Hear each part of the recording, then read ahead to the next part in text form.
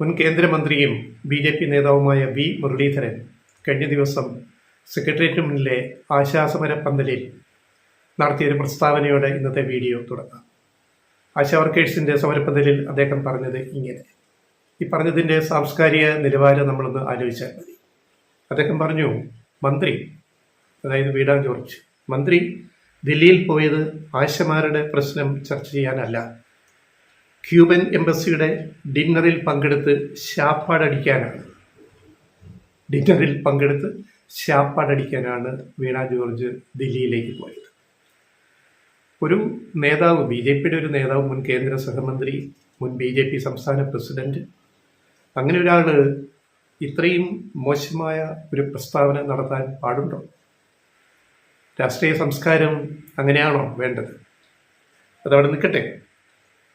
നമ്മുടെ മാപ്രകൾ കഴിഞ്ഞ കുറേ ദിവസമായിട്ട് അവർക്കറിയേണ്ടത് മന്ത്രി വീണ ജോർജ് കേന്ദ്ര ആരോഗ്യമന്ത്രി ജെ.പി. നദ്ദയെ കാണാൻ എപ്പോഴാണ് അപേക്ഷ അയച്ചത്, അത് സമയം അറിയുന്നു എന്ന് പറഞ്ഞാൽ ഡിന്നറടിക്കാൻ പോയ കൂട്ടത്തിൽ എന്നാൽ കേന്ദ്രമന്ത്രി ഒന്ന് കണ്ടേക്കാം എന്ന രൂപത്തിലാണല്ലോ വാർത്തകൾ അവതരിപ്പിച്ചത്. അതുകൊണ്ട് ഈ കേന്ദ്ര ആരോഗ്യമന്ത്രിയുടെ അപ്പോയിൻമെൻറ്റ് ചോദിച്ചിട്ടുള്ള കത്ത് എപ്പോഴാണ് അയച്ചത്? ആദ്യമൊന്നും വീണ ജോർജ് മിണ്ടിയില്ല, അവസാനം മിണ്ടി. ഈ വായിൽ കോലിട്ട് കൂടുതൽ അങ്ങോട്ട് പ്രശ്നമാക്കാൻ നോക്കിയപ്പോൾ മിണ്ടിയപ്പം മാപ്രകൾ കഴിഞ്ഞു. വീണ ജോർജ് അപ്പോയിൻമെൻറ്റ് ചോദിച്ചിട്ടുള്ള മെയിൽ അയച്ച കാര്യം പുറത്തു വന്നപ്പം മാപ്രകൾ വല്ല ആവശ്യമുണ്ട്. എന്താണ് വീണ ജോർജ് പറഞ്ഞത്? അവർ പുറത്തുവിട്ട ഇമെയിൽ പ്രകാരം കഴിഞ്ഞ ബുധനാഴ്ച തന്നെ കേന്ദ്ര ആരോഗ്യമന്ത്രിയുടെ അപ്പോയിൻമെൻറ്റ് അവർ ചോദിച്ചിരുന്നു. അതുകൂടാതെ അവർ ദില്ലിയിൽ ചെന്നിട്ട് വീണ്ടും ആരോഗ്യ മന്ത്രാലയമായിട്ട് ബന്ധപ്പെട്ട് ആരോഗ്യമന്ത്രിയുടെ അപ്പോയിൻമെൻറ്റ് ചോദിച്ചു. മാധ്യമങ്ങൾ പറഞ്ഞപ്പോൾ വീണ ജോർജ് പറഞ്ഞത്, മന്ത്രി ലോക്സഭ പാർലമെൻറ്റ് നടക്കുകയാണല്ലോ, മന്ത്രി അതിൻ്റെ തിരക്കിലായിരിക്കാം, എന്തായാലും സമയം കിട്ടുമെന്ന് പ്രതീക്ഷിക്കുന്നു, ഇനി ഇപ്പം കിട്ടിയില്ലെങ്കിൽ എപ്പോൾ അദ്ദേഹം സമയം തരുന്നു അപ്പോൾ പോയി അദ്ദേഹത്തെ വീണ്ടും കാണും എന്നാണ് വീണ ജോർജ് പറഞ്ഞത്. എത്ര സാംസ്കാരിക ചിത്തതയോടെയുള്ള ഒരു മറുപടിയാണ് അവർ പറഞ്ഞത് ഈ മാപ്രകളോട്. അപ്പോഴും വിടത്തില്ല. അതിനുശേഷമാണ് അവർ ഇമെയിൽ പുറത്തുവിട്ടത്, ഡേറ്റ് സഹിതം. കഴിഞ്ഞ ബുധനാഴ്ച തന്നെ കേന്ദ്ര ആരോഗ്യ മന്ത്രാലയത്തിന് അപേക്ഷ കൊടുത്തു മന്ത്രിയെ കാണാൻ. മന്ത്രി പാർലമെന്റിൽ പറഞ്ഞ എന്താണ്? കെ.സി. വേണുഗോപാൽ ഈ വിഷയം ഉന്നയിച്ചു. കേരളത്തിന്റെ ആരോഗ്യമന്ത്രി ദില്ലിയിൽ വന്നിട്ട് കേന്ദ്ര ആരോഗ്യമന്ത്രിയുടെ അപ്പോയിൻമെന്റ് ചോദിച്ചിട്ട് കൊടുത്തിട്ടില്ലല്ലോ എന്ന് പറഞ്ഞപ്പോൾ കേന്ദ്ര ആരോഗ്യമന്ത്രി ജെ.പി. നദ്ദ വേണുഗോപാലിന് കൊടുത്ത മറുപടി ഓൺ റെക്കോർഡിലുണ്ടല്ലോ, സഭാരേഖയിൽ. എന്താണ്? അത് ഞാൻ അറിഞ്ഞിട്ടില്ല. അപ്പോൾ ഒരു സംസ്ഥാനത്തിന്റെ ആരോഗ്യമന്ത്രി അങ്ങനെ വന്നൊരു ആവശ്യം ഉന്നയിക്കുമ്പോൾ മന്ത്രി അറിയേണ്ടതല്ലേ എന്ന് ചോദിച്ചു കെ.സി. വേണുഗോപാൽ. അപ്പോൾ അടുത്ത അവ്യക്തമായ മറുപടി, ജെ.പി. നദ്ദയുടെ മറുപടി, എൻ്റെ ചേംബറിലേക്ക് വരും, നമുക്ക് നേരിട്ട് സംസാരിക്കാമെന്നാണ്.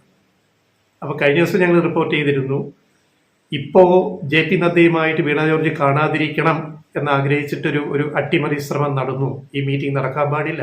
അതിന് പിന്നിൽ കളിച്ചവരൊരു ചാനൽ ഉടമ, ബി.ജെ.പി. നേതാവ് കൂടിയായ ചാനൽ ഉടമ, ദില്ലി കേന്ദ്രീകരിച്ചുള്ള ചില മലയാളി മാപ്രകൾ, പിന്നെ കേരളത്തിലെ ബി.ജെ.പി. നേതാക്കൾ ഇപ്പം അങ്ങനെ ഒരു കൂടിക്കാഴ്ച നടത്തിയാൽ അത് കേരളത്തിന് അനുകൂലമാകും, വേണ്ട.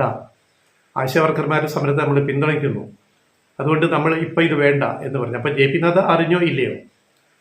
എന്നാൽ അദ്ദേഹം പറഞ്ഞ മറുപടി പിന്നീട് അദ്ദേഹം വ്യക്തമാക്കിയത്, ഇതിന് ശേഷം ജെ.പി. നദ്ദ പറഞ്ഞു, കേരളത്തിൻ്റെ ആരോഗ്യമന്ത്രിയെ ഞാൻ കാണും, അധികം വൈകാതെ കാണും, അതിനുള്ള അപ്പോയിൻമെൻറ്റും കൊടുക്കും എന്ന് പറയുകയും ചെയ്തു. അപ്പോൾ കാര്യങ്ങളിപ്പോൾ എവിടെയായി?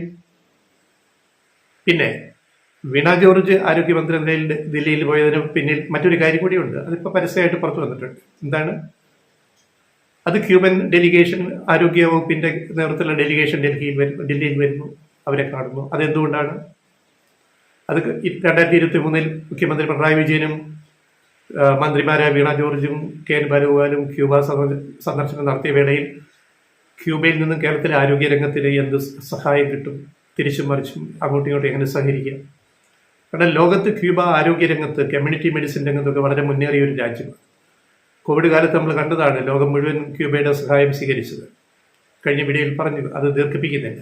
അപ്പോൾ അതുപോലെ കേരളമായിട്ട് സഹകരിക്കേണ്ട മേഖലകൾ. ദില്ലിയിൽ ചെന്ന വീണ ജോർജ് ക്യൂബൻ ഡെപ്യൂട്ടി ഹെൽത്ത് മിനിസ്റ്ററുമായിട്ടാണ്, ഡെലിഗേഷനുമായിട്ടാണ് ചർച്ച നടത്തിയത്. മന്ത്രി വീണയോടൊപ്പം ഇവിടുത്തെ ആരോഗ്യ വകുപ്പിലെ ഉയർന്ന ജീവനക്കാരും ഡോക്ടർമാരുടെ ഒരു സംഘമുണ്ടായിരുന്നു. അവരും ടെക്നിക്കൽ സൈഡും മെഡിക്കൽ സൈഡും ഒക്കെ ചർച്ച ചെയ്യാൻ ആവശ്യമായ ആൾക്കാർ. അല്ലാതെ ഡിന്നർ അടിക്കാൻ ഒറ്റയ്ക്ക് വീണ ജോർജ് ശാപ്പടടിക്കാൻ അങ്ങോട്ട് പോയതല്ല. മിസ്റ്റർ വി മുരളീധരൻ അത് മനസ്സിലാക്കണം. സാംസ്കാരിക ചിത്തത വേണം നമുക്ക്. അപ്പോൾ എന്തൊക്കെ മേഖലകളിലാണ് കേരളം ക്യൂബയും സഹകരിക്കുന്നത്? അതിൻ്റെ ധാരണാപത്രം ഒപ്പിടാൻ തീരുമാനിച്ചു. ഇതൊക്കെ ഡിന്നർ അടിക്കാൻ പോയെന്ന് മാത്രം ലഘൂകരിക്കുന്ന മാപ്രകളും BJP നേതാക്കളും ഒക്കെ എന്താണ് ചെയ്യുന്നത്? ഏതൊക്കെ മേഖലയിൽ? ബ്രസ്റ്റ് ക്യാൻസർ, ലങ് ക്യാൻസർ, അതായത്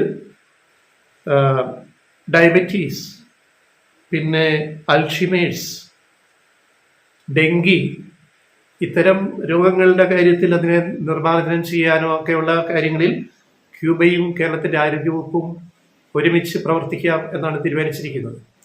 കേന്ദ്ര ഗവൺമെന്റിന്റെ ക്ഷണം സ്വീകരിച്ചിട്ടാണ്, ഇൻവിറ്റേഷൻ സ്വീകരിച്ചിട്ടാണ് ഈ സംഘം ക്യൂബൻ ഡെപ്യൂട്ടി ഹെൽത്ത് മിനിസ്റ്റർ ടാനിയെ മാർഗരറ്റിന്റെ നേതൃത്വത്തിൽ ദില്ലിയിലെത്തിയത്. അവർ വരുന്ന ആ സമയം നോക്കിയിട്ടാണ് കേരളത്തിന്റെ ആരോഗ്യമന്ത്രി അവിടെ പോയത്. അതോടൊപ്പം ആശാവർക്കർമാരുടെ സമരം നിരാഹാരത്തിലേക്ക് കടന്നപ്പോൾ അത് ഗൗരവമുള്ള വിഷയമാണ്. അത് കേന്ദ്ര ആരോഗ്യമന്ത്രിയുമായിട്ട് സംസാരിക്കണം. കേന്ദ്ര പദ്ധതിയാണിത്. അപ്പോൾ അതുകൊണ്ട് ആരോഗ്യമന്ത്രിയെ കാണാനും ശ്രമിക്കും. ഞങ്ങൾ ചോദിക്കട്ടെ, ഒരു കേരള മന്ത്രി ദില്ലിയിലേക്ക് പോകുമ്പോൾ ഒരു കാര്യത്തിന് മുമ്പ് ഒരു മന്ത്രിയെ മാത്രമേ കാണാവൂ വല്ല നിയമമുണ്ട്? ഒരു മന്ത്രിയുടെ വകുപ്പിന് കീഴിൽ വരുന്ന കാര്യങ്ങൾ കേന്ദ്രവുമായിട്ട് ചിലപ്പോൾ ഒന്നിലധികം മന്ത്രിമാരായിട്ട് കാണേണ്ടി വന്നാൽ അത് കാണണ്ടേ? അപ്പോൾ ദില്ലിയിലേക്ക് പോയാൽ ഒരു മന്ത്രിയെ കാണാൻ പോയാൽ ആ മന്ത്രിയെ മാത്രമേ കാണാവൂ, വേറൊരു പരിപാടിയും പാടില്ല എന്നൊക്കെ മാത്രങ്ങൾ നിർദ്ദേശിക്കാൻ എന്താണ് അടിസ്ഥാനം? വിവിധ വകുപ്പുകളുമായിട്ട് ചിലപ്പോൾ ഏകോപനം വേണ്ടിവരും. വിവിധ മന്ത്രിമാരെ കാണേണ്ടി വരും കേരളത്തിൻ്റെ ഒരു മന്ത്രിക്ക് അല്ലെ മന്ത്രി സംഘത്തിന്. ഇതൊക്കെ ഏതാണ്ട് ഈ വലിയ സംഭവമാക്കി ചിത്രീകരിക്കുന്ന മാപ്രകൾക്ക് അവസാനം ഇപ്പം എന്ത് പറ്റി? ഇങ്ങനെയൊക്കെയാണോ ഒരു വിഷയത്തെ സമീപിക്കേണ്ടത്? ഇനി അതോടൊപ്പം ഒരു കാര്യം കൂടി പറഞ്ഞിട്ട് വീഡിയോ അവസാനിപ്പിക്കാം. നമ്മുടെ ആസ്ഥാന കാർട്ടൂണിസ്റ്റ് സംഗി മഴവിൽ സഖ്യ കാർട്ടൂണിസ്റ്റായിട്ടാണ് ഇപ്പോൾ അദ്ദേഹം അറിയപ്പെടുന്നത്. ആര്? മാതൃഭൂമിയിലെ ഗോപികൃഷ്ണൻ.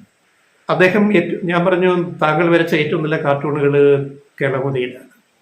താങ്കളിപ്പോൾ മാതൃഭൂമിയിൽ വരയ്ക്കുന്നതിനത്ര ഇത് പോരല്ല, ഒരു പഞ്ച് പോരല്ല. അതെന്താണ്? അതിൻ്റെ ഏറ്റവും കൂടുതൽ തെളിവാണ് കാർട്ടൂൺ ഇല്ലാത്ത കാർട്ടൂൺ. അതായത് കാർട്ടൂൺ എന്ന് പറഞ്ഞാൽ എന്താ, ഈ തമാശയില്ലാത്തൊരു കാർട്ടൂൺ. അത് ഇതിനകത്ത് ഈ സ്റ്റോറി നമുക്ക് കാണാൻ പറ്റും. അതായത് ഒരു പാട്ടെടുത്ത് വെച്ചിട്ട് അത് അങ്ങോട്ടും ഇങ്ങോട്ടും തിരിച്ചും മറിച്ച് അതിൻ്റെ കാര്യകർത്തൃത്വം മാറ്റിയിട്ടിട്ട് കവിത്വം എന്ന് വേണേൽ അതിനെ വിളിച്ചോളൂ, ഇഷ്ടപ്പെടുമെങ്കിലും. അതായത് നമ്മൾ കേട്ട പാട്ടുകൾ നമുക്കറിയാം. നമ്മുടെ ഭരതൻ്റെ സിനിമയിലെ അറിയാമല്ലോ, എന്താണ് ആ പാട്ട്? നാദാ നീ വരും കാലച്ച കേൾക്കുവാൻ കാതോർത്ത് ഞാനിരുന്നു. ആ വളരെ പ്രശസ്തമായ പാട്ട്. അത് തിരിച്ചിട്ടിട്ട് നദ്ദ ഞാൻ വരും കാലച്ച കേൾക്കുവാൻ കാതോർത്ത് നീയിരുന്നു, മാമകവീതിയിൽ നിൻമിഴി പക്ഷികൾ തൂവൽ വിരിച്ചു നിന്നു. എന്നിട്ട് അതിനകത്ത് നിൽക്കുന്നവരുടെ ചിത്രങ്ങൾ നോക്കുക. അദ്ദേഹം വരച്ചു വെച്ചത് വീരേന്ദ്രകുമാറിനെയാണോ അതോ KN ബാലഗോപാലിനെയാണോ, മാതൃഭൂമിയുടെ മുൻ മുതലാളി MP വീരേന്ദ്രകുമാറിനെയാണോ അതോ കേരളത്തിൻ്റെ ധനമന്ത്രി KN ബാലഗോപാലിനെയാണോ എന്നൊക്കെ ശങ്കിക്കപ്പെടുന്ന ഒരു കാർട്ടൂൺ. അതിൻ്റെ അത് മറ്റൊരാൾ പറയുന്നു ഇത് കേരളത്തിൻ്റെ മനോഹര ഗാനം, ആ രീതിയിൽ പറയുന്നു.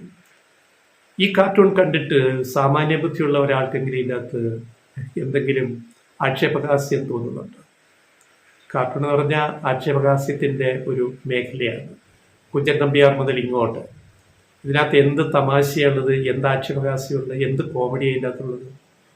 വരച്ച ആളിനെ തന്നെ തിരിച്ചറിയാൻ പറ്റാത്ത നിലയിലേക്ക് ഗോപികൃഷ്ണന്റെ കാർട്ടൂൺ പോയിക്കൊണ്ടിരിക്കുന്നു. ഇതുകൊണ്ട് എന്താണ് ലക്ഷ്യം വയ്ക്കുന്നത്? ഒരു മന്ത്രിയെ അപമാനിക്കാൻ ശ്രമിക്കുക, അതിനകത്ത് വേറെ ഒരു ടോൺ കൊണ്ടുവന്നിട്ട്. ഇതൊക്കെ ഈ നമ്മൾ നമ്മുടെ കാഴ്ചപ്പാടിൽ വരുന്ന വ്യത്യാസം നമ്മുടെ വരകളിൽ വന്നു കഴിഞ്ഞാൽ സംഭവിക്കുന്നതാണ്. ഇതാദ്യമല്ല, ഗോപികൃഷ്ണന്റെ പല കാർട്ടൂണുകളും അടുത്ത കാലത്ത് വരുന്നില്ല ഇങ്ങനെയാണ്. ഒരു സംഘി അനുകൂല, മാതൃഭൂമി പത്രം തന്നെ സംഘിഭൂമി ആയി എന്നാണ് പറയുന്നത്. അപ്പോൾ അവിടുത്തെ കാർട്ടൂണിസ്റ്റും അങ്ങനെ ആയി കഴിഞ്ഞു. ഇങ്ങനെ വരച്ചുകൊണ്ടിരുന്നു കഴിഞ്ഞാൽ അതിനകത്തുനിന്ന് ഈ ആക്ഷേപഹാസ്യം അങ്ങ് ചോർന്നു പോകും. പിന്നെ ആക്ഷേപം മാത്രമേ ബാക്കി ഉണ്ടാവുള്ളൂ. അതിൻ്റെ ഏറ്റവും ഒടുവിലത്തെ ഉദാഹരണമാണ് മാതൃഭൂമിയിൽ വന്നിരിക്കുന്ന ഗോപികൃഷ്ണന്റെ ശനിരേഖ. ശനിയുടെ അപഹാരമാണെന്ന് വിചാരിച്ചാൽ മതി, ശനിയുടെ അപഹാരം ബാധിച്ചു എന്ന് വിചാരിച്ചാൽ മതി, അത്രയേ ഉള്ളൂ.